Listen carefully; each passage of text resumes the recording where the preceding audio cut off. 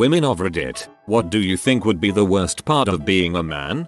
I think it would be much more lonely and easier to become isolated. As a woman I can go anywhere, sit with anyone, talk to anybody, and people are almost always friendly and inviting and kind to me. If I'm out by myself, strangers will have my back and keep an eye out for me at bars or parties, or when I'm out at night if I need help people are always willing to give me a hand. People are not threatened by me or uncomfortable if I strike up a conversation, and I just don't think it's as easy for men. My boyfriend and I have talked about this a few times. He has mentioned that people don't treat guys the way that they treat me, and things like making friends or joining strangers when I'm out and about and want some company are just not the same situation for men.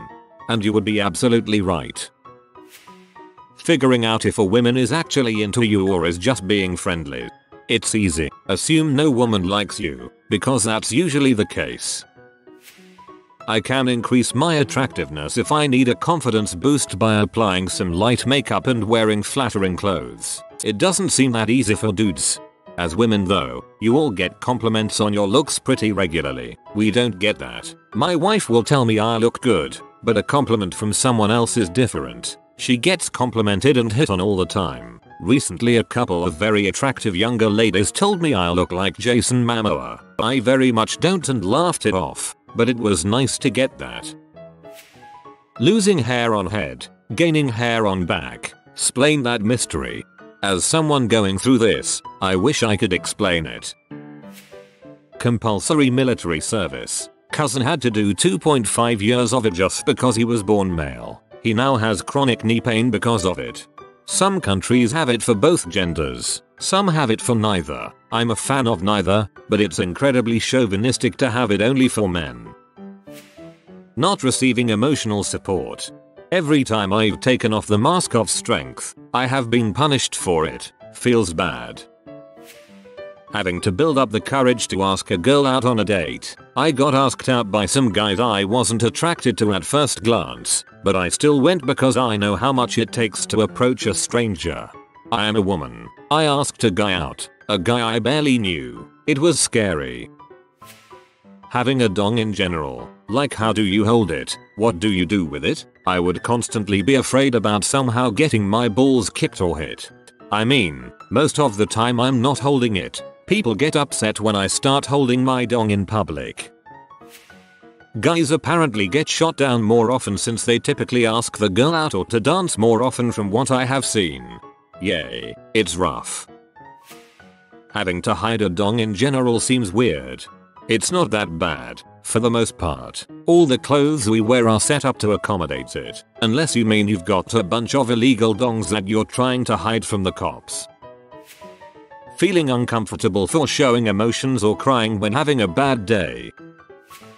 Just the fact that you're intimidating, scary because you're bigger. There's no good way to show you're not a threat. Being expected to suppress all emotions aside from anger. Oh, it's not just anger, we can also be furious, raging, and hateful. It's like having all the emotions. Unexpected boners. It would be the hardest part, yes. Having two delicate internal organs as pendulous targets of Murphy's law swaying betwixt my legs.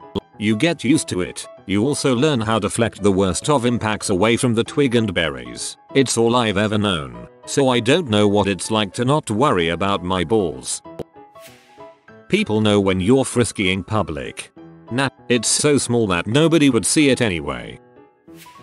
Not being able to show emotion in the same way. My dad beat my boss whenever I cried, so I think it subconsciously deterred me from crying. Then 2 decades later, I cried during an episode of Futurama and figured I was cured. How many times has a woman been told don't hurt him by a boyfriend's friend when starting a relationship? How many times have you seen a bunch of girlfriends say don't hurt her to a man without even knowing his last name? There's even a bit in Parks and Recreation when Ben Wyatt marries Leslie and everyone in the department keeps ominously saying don't hurt Leslie. Ben comments, why would I do that? I don't understand, and all the characters just stare with background hatred at him. Height. If you're a short woman you get called cute, and if you're tall a model. So win-win. I've seen so many cases where there would be a smart handsome looking guy that would be below 5 feet 11, 180 cm, Get rejected for an average looking stupid guy that's 6 FT plus. You can't be near parks or schools without someone thinking you might be diddler. If you walk anywhere alone after dark, women are scared of you, thinking you might be debaucher. Generally people being scared and thinking the worst, while you might actually be the nicest guy who would help anyone and couldn't hurt a fly. Not allowed to talk to or like children. Cool, and I like children. I think they're cute and at least slightly amusing. I think this idea may be most endemic to white Americans, as when at, mostly Persian Indian, mosque, children more or less wander around freely and everyone takes turns supervising and parenting as needed. I'm a dude, but I think one of the worst things is girls assuming the only reason I talk to them is to get in their pants. Like, yeah, I'm a dude and I get frisky, but I'm not a piece of crap mayo. The pressure to be successful and having your worth determined by how much money you make. As a woman, I could essentially get pregnant and retire now in my 20s and have my husband support me, and people would probably see that as a neutral thing. I could have never had an education career and that probably wouldn't affect my dating or marriage prospects, as long as I'm attractive enough. Try being even an attractive man, with no education or career prospects, trying to marry a woman who will work for him. Most women will not take you seriously, and society will see you as unmotivated leech. If a man doesn't make something of themselves professionally, then they are just seen as losers by society. Having to clean up after masturbation. Early on, maybe. After a few years, we're all seasoned veterans when it comes to disposal. Not a drop escapes. The expected and seemingly unavoidable destiny of spending your entire life working without rest. Society is structured around it. Men are groomed to excel or persist at work as their purpose in life, and as the gauge or source of all personal value. Bull sweat. Yeah, it's nuts.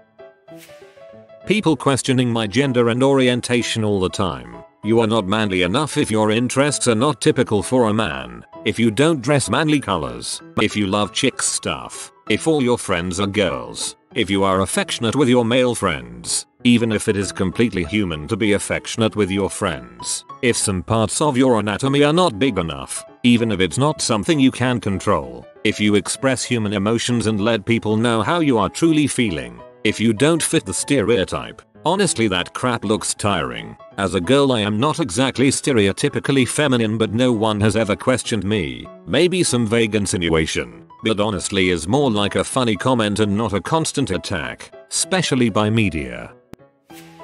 It's crazy that none of the answers I see from women are nobody gives a crap about you, because that's really the hardest part. Almost every organization that helps struggling people puts men last. When I was homeless, it was really tough to get any sort of help if there was a woman there as well. You can even apply that to the dating side of things too. No matter how many times you're rejected after asking women out, all the advice a man gets is toughen up and try again. Years and years of rejection, and then people say she settled for you. Thanks for that, humanity. Being seen first as a perpetrator in a situation where a female is involved. My dad nearly went to jail twice because mom would instigate the fight and would start acting like the victim once he acted in self-defense and police arrived. Obviously the police believed mom. His name is sadly still in a thick police file and I can't join the police force because of it. I know men are more likely to be the abusive ones, but that doesn't mean that it is always the case. Pressure of being perfect. Not be able to show emotions. Crying. Some men have eating disorders. Not being able to communicate emotions. Like mental illnesses or suffering in silence. When do men grow up? And lastly, having weird boners or getting turned on by weird crap. I will never understand. The pressure of being perfect. You have to look good. Smell good. Be great at your job. Be the rock. Be the glue that holds crap together. And you aren't even able to have a breakdown and cry when it gets too much. As a 32-year-old man, this thread depresses the heck out of me. All of these things posters have pointed out, I didn't realize happened to me until I thought about it. As a guy, you're really mostly invisible, and the less attractive you are, the more you don't matter. If you're short, you're mostly seen as defective. I can't wear makeup to make myself seem more flattering, and most of the clothes options I have to make me look better are very limited. I just sort of exist, and because I'm not married, don't have kids, or a great financial background, then I'm practically worthless in society. Simply put, I haven't produced anything of note, so I am no one of note. I honestly wouldn't know how to dress myself to look good or how to style a beard my hair. I'd be that guy that only wear plain t-shirts and jeans. That's the great thing about being a guy. Nobody really judges you for being the jeans and t-shirt guy. I shave my head and my beard pretty much does what it wants. I can't see being a woman. Seriously, if I took care of myself like I do now, but if I was a woman, I'd be considered disgusting. This is a contentious opinion, but even I'm, as a woman, disconcerted with the propaganda disseminated by the media that just denigrates every aspect of men. It's relentless attrition against men that began with the intention to elevate women, but it's succumbed to the propensity of human malice. You're too small and you have a Napoleon complex, so you're volatile and irascible. Oh, wait, you're too tall and you're so successful that you're impeding the rise of women in certain field. You're too ugly. You're too stoic. You're too aggressive. You're too vulnerable. Cry. Don't you dare freaking cry. We need to perpetuate the stigma. You're too impassive now. You're imposing on women. You're ignoring women. They've meticulously designed one sentence that is the ultimate calumny and execution of your reputation. You're toxic male. Toxic has been ascribed the connotation of being irredeemable. If I'm condemned as a toxic woman, people assume I'm assertive or domineering. If I was castigated as a toxic man, I'd be oppressive and depraved. The press should be held accountable for its incendiary headlines that incite ill feelings between men and women. We can elevate both issues and disparities between the genders without disparaging the other. Women do not enjoy the same wealth of censorious articles printed about them by prestigious publications like men do currently. For every article written or tweet propagating women empowerment, there are 5 denunciations of pretty benign aspects of masculinity that no woman in real life has any problem with. All this horrible "I have a boyfriend" before you even open the mouth. Now that I think about it, for me it was the hostility. Men are seen much more as a threat or competition by both other men and women. As such, all interactions, even asking for help, are just a tad bit more difficult, and not being allowed to show any weakness unless it's the closest of friends at 2 AM over the second bottle. Probably the pressure of always having to be the active pursuer in a relationship. Being seen as basically expendable meat in wartime. You have been visited by the happy baby pygmy murder cow. Back away slowly and subscribe quickly to ensure your safety. Thanks for watching.